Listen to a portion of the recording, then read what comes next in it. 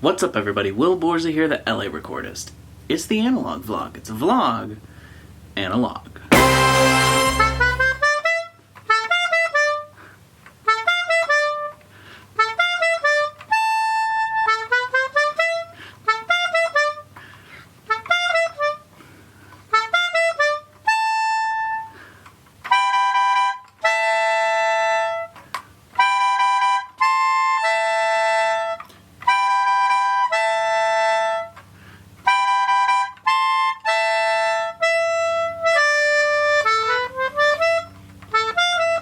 Anyway, good friend of the vlog, James, asked the other day, what's my mixing workflow? And I figured I'd address that real quickly. I think specifically he was asking if I had a control surface. You know, one of these things. Well, I do have one, but do I use it? No, not even a little bit. On a side note, if anyone's in the LA area and looking for one of these, hit me up. This one is MIDI only, so if you have, you need like a MIDI to USB type thing, unless you have a MIDI interface.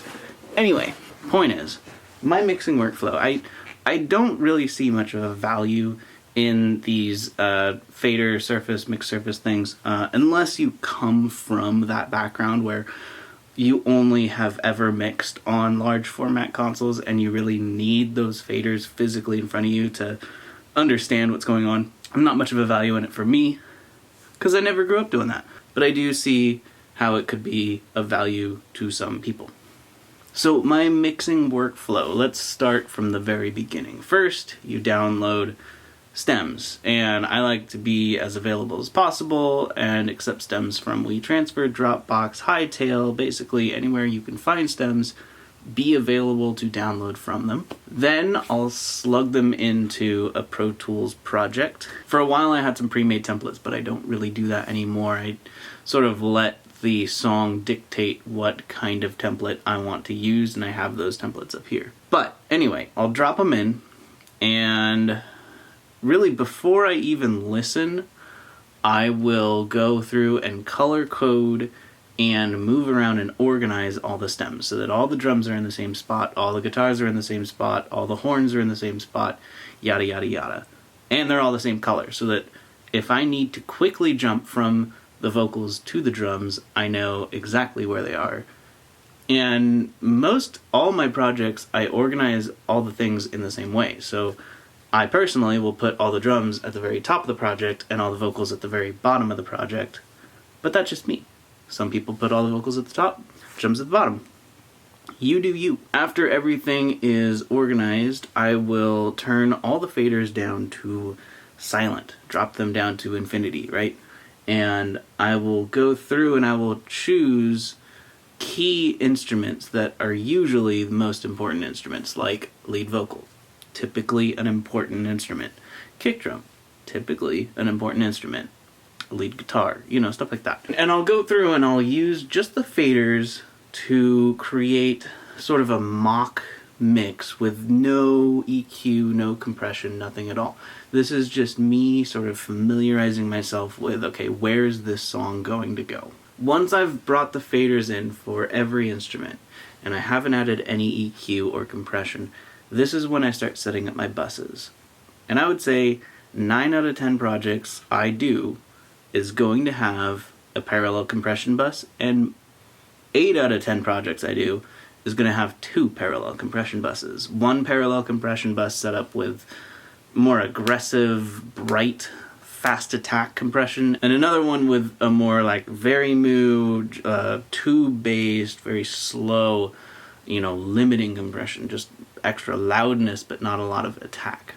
A lot of warmth, a lot of thickness, but not a lot of bite. 9 out of 10 tracks I do is going to have a long reverb and a short reverb and a tape type delay. So those would be my 5 most common buses that I'm going to set up. Fast compression, slow compression, long reverb, short reverb, and delay.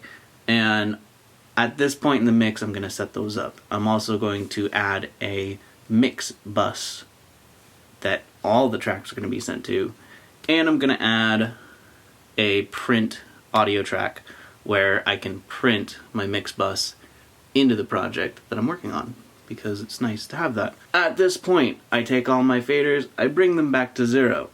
Not zero, not like unity, but like silence, okay? Now that I've heard the track play through a couple times while I'm setting up those buses, I'm getting an idea of what I need to work on. I can hear the parts that are like, okay, this one needs to be EQ'd, this one needs to be compressed. I try my best to only use plugins on the instruments that need them. I don't want to over compress by putting a compressor on every track. I don't want to over EQ by putting an EQ on every track. I'm just going to pinpoint and surgically decide this one's in trouble, this one needs an EQ. That one's in trouble, that one needs a compressor. But it's not just going to be like everything gets a compressor, everything gets an EQ. So I go through a couple times, bringing up the faders from silent, adding EQs where they're needed, adding compressors where they're needed, routing things to my different buses, you know, the ones that I think should be here, the ones I think should be there. Typically the slow compression, that's going to get stuff like bass, rhythm guitars, vocals, lead guitars, typically not drums. And then the parallel compression, the more fast attack compression, that one's going to get the drums, that one's going to get the lead vocals, probably some lead guitar. There's a couple instruments that go to both, but typically musical instruments go here, percussion instruments go there, vocals go to everything, because vocals are vocals and it's the most important thing in 21st century music. So I've EQ'd what I needed EQ'd, I've compressed what I needed compressed, I've routed things where I want them to go.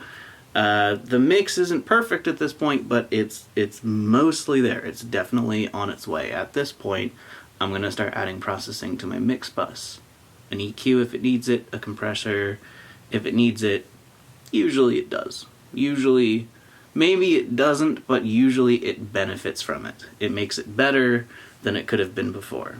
Okay, so now with the mix bus processing in place, I'm going to take everything again, bring it back to negative infinity, silent, bring things up one by one, most important things first, followed by second most important things, followed by least important things, because in terms of sonic real estate, you only have so much space. You want to bring up the important stuff first, and you want everything else to fit inside the important stuff. That's not how I do it every time, but that is how I do it most of the time.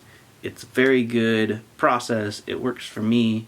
Let me know if you do something similar. Write it in the comments. And yeah, if this helps, give it a thumbs up. See you guys tomorrow. Peace.